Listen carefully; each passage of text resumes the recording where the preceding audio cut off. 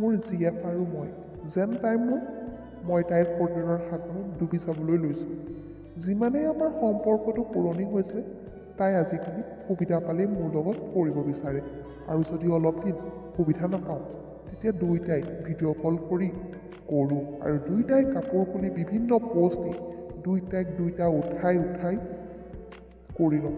মোৰ জিএফে আঙুলি মাৰে আৰু মই মোৰডাল মুঠি মাৰোঁ আৰু দুয়োটাৰে পানী উলিয়াই সন্তুষ্ট হৈছিলোঁ। এনেদৰেই আমাৰ কৰ্মজীৱন চলি আছিল। ঠিক এনেকৈয়ে দিন পাৰ কৰি আমি দুয়োটা তৃতীয় ছেমিষ্টাৰত ভৰি দিলোঁ আৰু জানুৱাৰীৰ প্ৰথম ভাগতে আমাৰ কলেজ মহাবিদ্যালয়ৰ সপ্তাহ আৰু আমি দুয়োটাই বিভাগৰ পৰা ওলোৱা শোভাযাত্ৰাৰ দায়িত্বত আছিলোঁ। পিছদিনাখন শোভাযাত্ৰা আৰু আমি 5জন ল'ৰা আৰু 4জনী ছোৱালী মিলি বিভাগতে শোভাযাত্ৰাৰ প্ৰস্তুত চলাই আছিলোঁ। তেনেকুৱাতে দুজনমানে কলেজ কেণ্টিনত চাহ খাবলৈ গ'ল। আমাকো লগ ধৰিছিল, পিছে আমি নগ'লোঁ আৰু থাকিলোঁ। এতিয়া আমি 4টা ল'ৰা, 2টা ছোৱালী, 2জনী তাৰে 2টাৰে। মই আৰু মোৰ জিএফ আৰু এজনী ছোৱালী আৰু এটা ল'ৰা আছিল। তাহাঁতো সম্পৰ্কতে আছিল। আমি কেইটাই বিভাগতে ইটো সিটো কৰি থাকোঁতেই তাহাঁতি দুটাও বেলেগ এফালে ওলাই গ'ল। তেতিয়ালৈকে ৰাতিয়ে হৈছিল। সেইবাবে ল'ৰা ছোৱালী কলেজত নাছিল।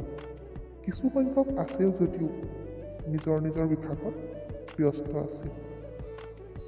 মই আৰু মোৰ জিএফ বিভাগটোৰ এটা চুকত গৈ বহি ল'লোঁ আৰু লগৰকেইটাক ক'লোঁ যে আমি অলপ বাহিৰলৈ আহিছোঁ। বিভাগৰ শ্ৰেণীকোঠাত তলা লগাই আহিছোঁ। তহঁতি অলপ দেৰিকৈ আহিবি বুলি ফোন কৰি জনাই দিলোঁ। আৰু মই লাহেকৈ উঠি গৈ শ্ৰেণীকোঠাৰ লাইট দুটা অফ কৰি কোঠাটো আন্ধাৰ কৰি দিলোঁ, যাতে কোনেও আমাক ধৰিব নোৱাৰে। এতিয়া মই লাহেকৈ জিএফৰ ওচৰত বহি ল'লোঁগৈ আৰু গৈয়ে তাইৰ পিঠাখনৰ ওচৰতে হাতেৰে মোহাৰিবলৈ ধৰিলোঁ। জিএফে ক'লে, শুন, বহুত দিন পোৱা নাই অ', তোমাৰ হাতৰ পৰশৰ অভাৱ অনুভৱ কৰিছিলোঁ। কিমাননো ভিডিঅ' কল কৰি ইটো সিটোক চাই উলিয়াম। তোমাক সঁচাকৈ ওচৰত পালে বেছি ভাল লাগে। আৰু মোৰ গাৰ পিৰপিৰণি বহুত উঠেও, হেণ্ডছম মানুহটো মোৰ বুলি কৈ তাই মোৰ গালখন মোহাৰিবলৈ ধৰিলে। ময়ো তাইৰ কঁকালৰ পৰা মুখলৈকে নোপোৱাই পোৱানি মোহাৰিবলৈ ধৰিলোঁ। তেনেকৈ মোহাৰি তাইৰ ভৰি দুটা মোৰ ভৰি দুটাৰ ওপৰত বেঁকাকৈ তুলি ল'লোঁ আৰু কঁকালত হাতেৰে মেৰিয়াই মোৰ ওঠটো তাইৰ ওঠৰ ফালে আগুৱাই নিলোঁ। তাইও চকু দুটা মুদি মোৰ ওঠৰ পৰশ ল'বলৈ ধৰিলে। প্ৰথম আমি লাহে লাহে ওঠত চুম খাই আছিলোঁ।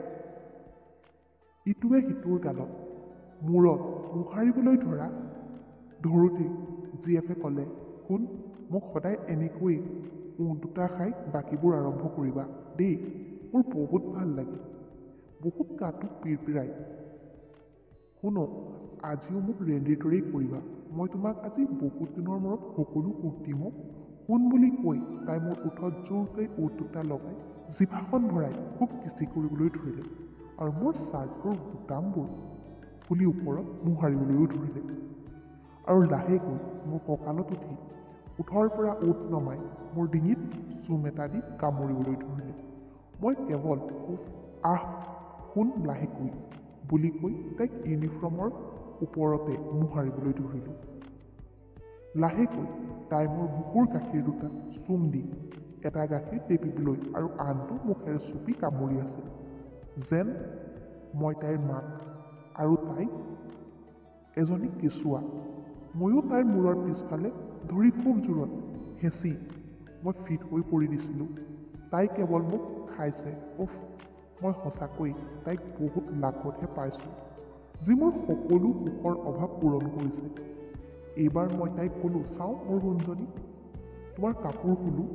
তাইও মোৰ একান্ত বাধ্যশ্ৰাত্ৰীৰ দৰে থিয় হৈ দিছিল আৰু মই তাইৰ এখনকৈ কাপোৰবোৰ খুলি কাষতে দলিয়াইও দিছিলোঁ আৰু তাইও মোৰ কাপোৰকেইটা খুলি কাষত থৈ দুয়োটাই উলংগ হৈ পৰিলোঁ।